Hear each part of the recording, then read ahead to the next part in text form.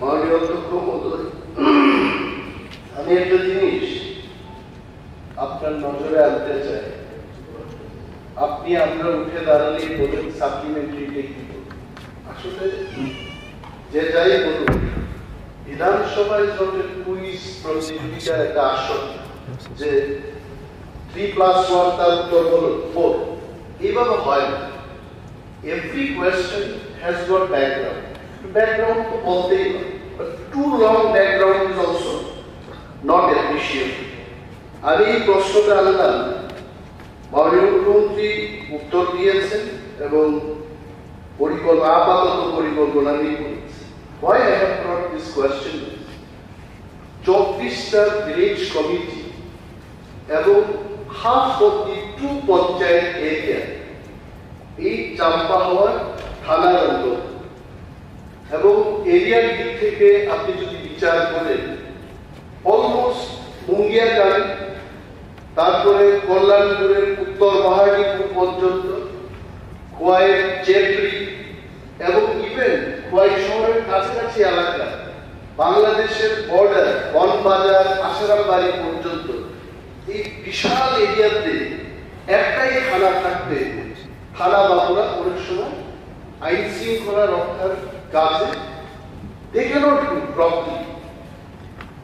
তাতে কি হচ্ছে, তাতে কি হচ্ছে, নেশাগ্রস্ত যুবকদের নেশার বিরুদ্ধে যে অভিযান চালাতে দেখে আর এই যে নেশার সামগ্রী, if at all it is going through Assam, এই আশারামবাড়ি হাইওয়ে দিয়ে এটা যাচ্ছে। That is why I personally thought এটা কোনো তর্কের খাতিরে দাবির খাতিরে দাবি করছে যে অন্তত এটাকে 2 ভাগ করে বেহালাবাড়ি, বাছাইবাড়ি, Gopalnagar, চাম্পাহাওয়া, that can be one zone, তুলাশিগড় শহর নবদ্বীপ পর্যন্ত আরেকটা জোনে যদি করা যায়, I am sure আইন শৃঙ্খলার রক্ষার কাজে এটা ভালো। সো এই ব্যাপারে প্রশ্ন করতে চাইছি যে যদি পরিকল্পনা নাও থাকে, গুরুত্ব বিচার করে আপনি পরিকল্পনা গ্রহণ করবেন কিনা। বিসিসি প্রবলেম, এই যে মাননীয় মুখ্যমন্ত্রী এখন বলেছেন যে ক্রাইম সিনারি, এইখানে বসে আমার মনে হলো আমি অপরাধ করেছি।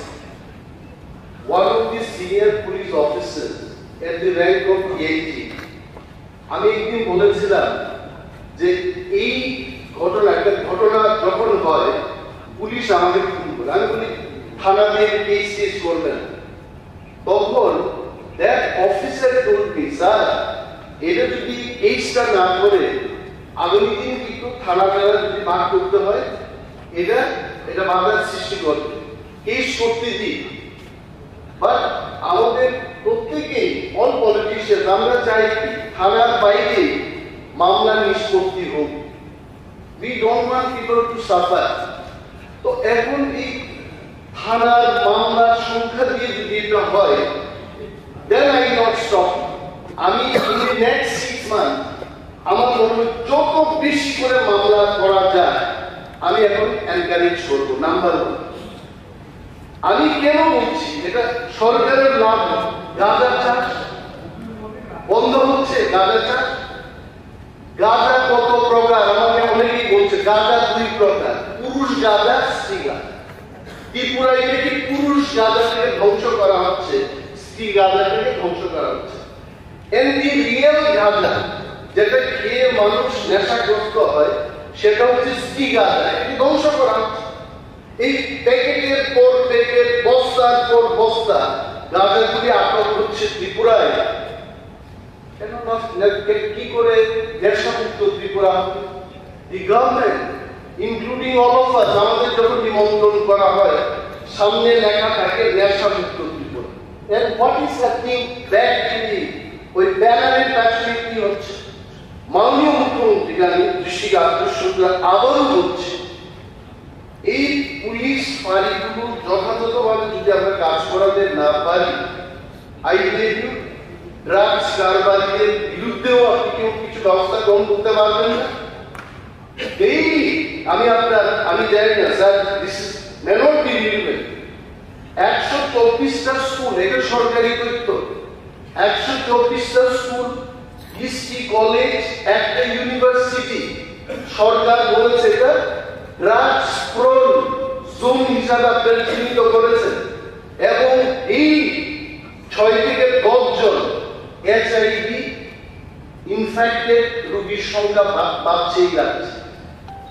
If this is to be stopped, পুলিশের আরক্ষা প্রশাসনের মদত ছাড়া, তাদের কাজ ছাড়া আমরা সাধারণ নাগরিকরা এটা পারব না।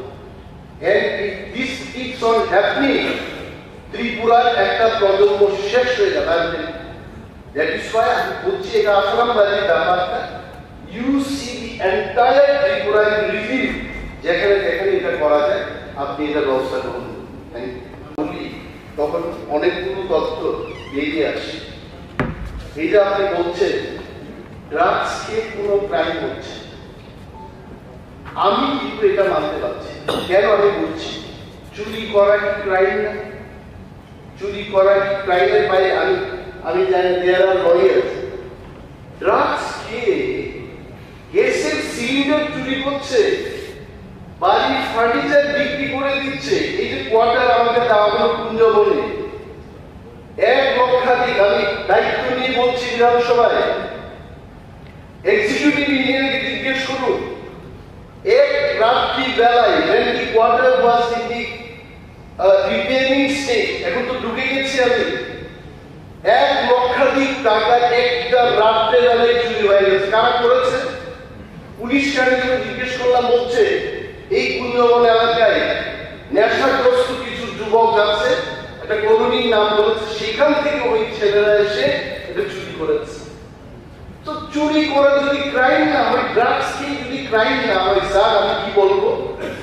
সে যাই হোক, সরকার বলছে যে নেশাগ্রস্ত, মানে ত্রিপুরায় যেন নেশাগ্রস্ত যুবক যুবতীরা না থাকে, নেশামুক্ত ত্রিপুরা করবে।